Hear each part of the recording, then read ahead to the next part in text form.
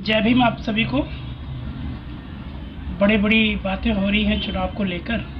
सभी लोग अपना अपना नज़रिया, ओपिनियन पोल, एडवाइस, सलाह मशवरा, हिदायत, तमाम तरह की बातें कर रहे हैं। तो यहाँ पर हम थोड़ा सा ये कहना चाहते हैं कि शिकस्त होती है, उस पर मंथन ज़रूर होता है, करना भी चाहिए कि शिकस्त क्यों हुई और ऐसी क्या कमी रही कि आप अपनी रणनीति को उस मुकाम पर नहीं ले जा पाए जहां आप ले जाना चाहते थे। हार इंसान को अंदर तक तोड़ देती है, लेकिन वो हार आपको रणनीति को पर असर डाले तो ये चिंता की बात है। अभी हाल में ही जो 5 राज्यों में जो चुनाव हुए, देश की सबसे बड़ी पार्टी, देश के सबसे बड़े चर्चित चेहरे, देश में डबल इंजन की सरकार होने के बावजूद भी पंजाब में वो क्या कर पाए आप सभी के सामने है। लेकिन मीडिया और उनके कुछ चंद चाटुकार पत्रकार या किसी तरह से गोदी मीडिया कह लीजिए, वो उस चीज़ को नज़रअंदाज कर रही है। पंजाब में इतनी करारी हार क्यों हुई बीजेपी की, ये विषय नहीं है। बंगाल में वो क्यों नहीं जीत पाए, ये विषय नहीं है।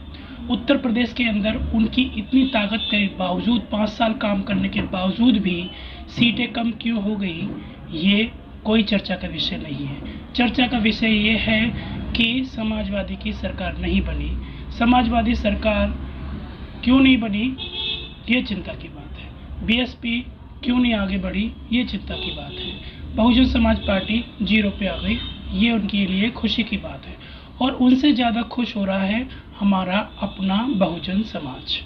अब यहाँ अगर उत्तर प्रदेश का आकलन देखा जाए या बिहार का आकलन देखा जाए, तो बिहार में तेजस्वी यादव की पार्टी नंबर 1 पर आई, सबसे ज़्यादा सीटें लेकर आई। उत्तर प्रदेश में भी 45 से बढ़कर उसमें 100 से भी ऊपर और ज़्यादा सीटें ले जाना यानी एक बड़ी बात हो जाती है। यहाँ पर आप आकलन करते हैं, बड़े बड़े जो वैज्ञानिक लोग हैं, जो बड़ी बड़ी बुद्धि की बातें कर रहे हैं कि वो 15 बनाम 85 की बात करते हैं। बात करना बहुत आसान है, लेकिन 12% जो कोर वोटर है, जिस पार्टी की मुखिया है, उस पार्टी से जुड़ा हुआ जो जाति विशेष वर्ग है, उसके अलावा आपको कौन वोट देता है, जरा बताइए सोचकर। अब क्या होता है कि आप कोर वोटर के साथ साथ जो प्रत्याशी का वोट होता है उसको और ऐड कर लेते हैं, तो यहाँ आप 20 से 25% वोट की लड़ाई लड़ते हैं। मगर क्या होता है कि जब आप किसी अन्य जाति के प्रत्याशी को टिकट देते हैं, तो दूसरी पार्टियां भी उसी अन्य जाति के व्यक्ति को टिकट देती हैं।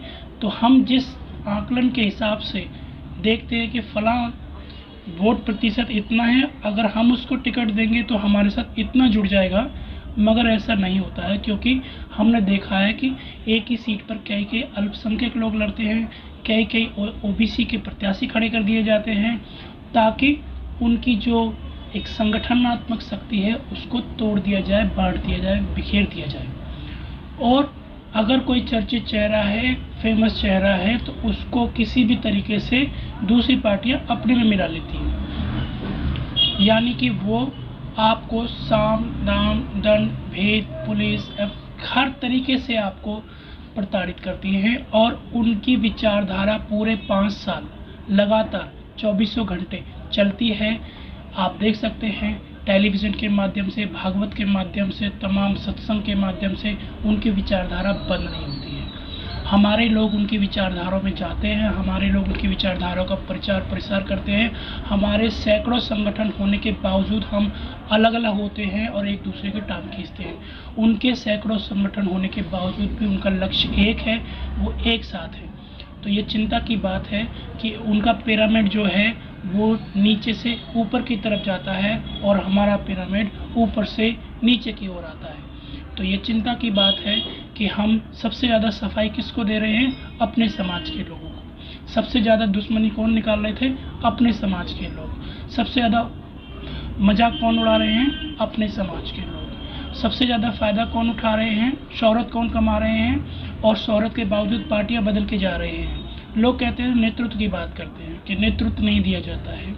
नेतृत्व दिया जाता है तभी उनके चेहरे फेमस होते हैं और तभी वो पार्टियां छोड़ के चले जाते हैं। गरीब से गरीब इंसान को एमएलसी राज्यसभा में भेजा जाता है और वो लोग अपने आप को खुदा मानकर दूसरी पार्टी में चले जाते हैं और चैलेंज करके जाते हैं कि देखिए हमारे दम पर ये मिशन चल रहा था, हम नहीं होंगे तो ये मिशन नहीं होगा।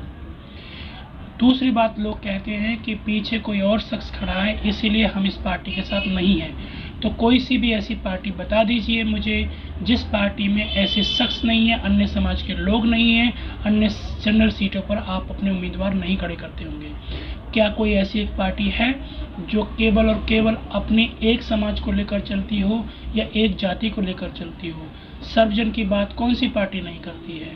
कौन सी पार्टी नेतृत्व की बात नहीं करती? और यहाँ किसको नेतृत्व नहीं दिया जाता है? ये बड़ी बड़ी बातें हैं कि आज आप हंस लेते हैं, हंस लीजिए, वो दिन दूर नहीं कि जब भूकंप आता है तो सारे मकान हिलते हैं, सबके मकान हिलते हैं, सबको नुकसान होता है। बेरोजगारी आती है तो सबके पेट पे लात लगती है, महंगाई बढ़ती है तो सबके लिए बढ़ती है, किसी एक के लिए नहीं बढ़ती। किसी को एक को नुकसान नहीं होता, सबको नुकसान होता है। निजीकरण होता है, नुकसान सबको होगा। महंगाई होगी, सबको होगा। शिक्षा होगी, सबको नुकसान होगा।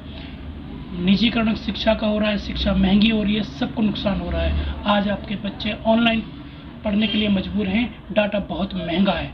एक वक्त वो था कि यही सरकार थी, इसने डाटा फ्री करवाया था क्योंकि बीएसएनएल और एमटीएनएल कंपनियों को नीचे गिराना था।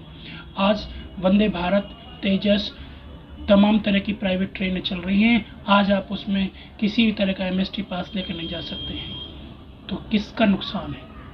किसी एक व्यक्ति का, किसी एक पार्टी का, किसी एक लोग का?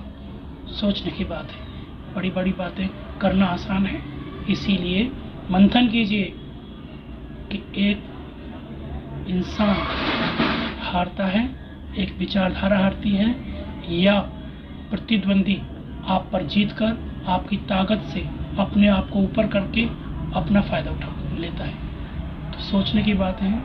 ये मेरे अपने निजी विचार थे, इससे किसी राजनीतिक पार्टी का कोई लेना देना नहीं है। आप इससे सहमत भी हो सकते हैं, असहमत भी हो सकते हैं। कॉन्स्टिट्यूशन राइट्स है, फंडामेंटल राइट्स है, अभिव्यक्ति की आज़ादी है। मेरे निजी विचारों को किसी तरह से न जोड़ें। नमो बुद्धाय।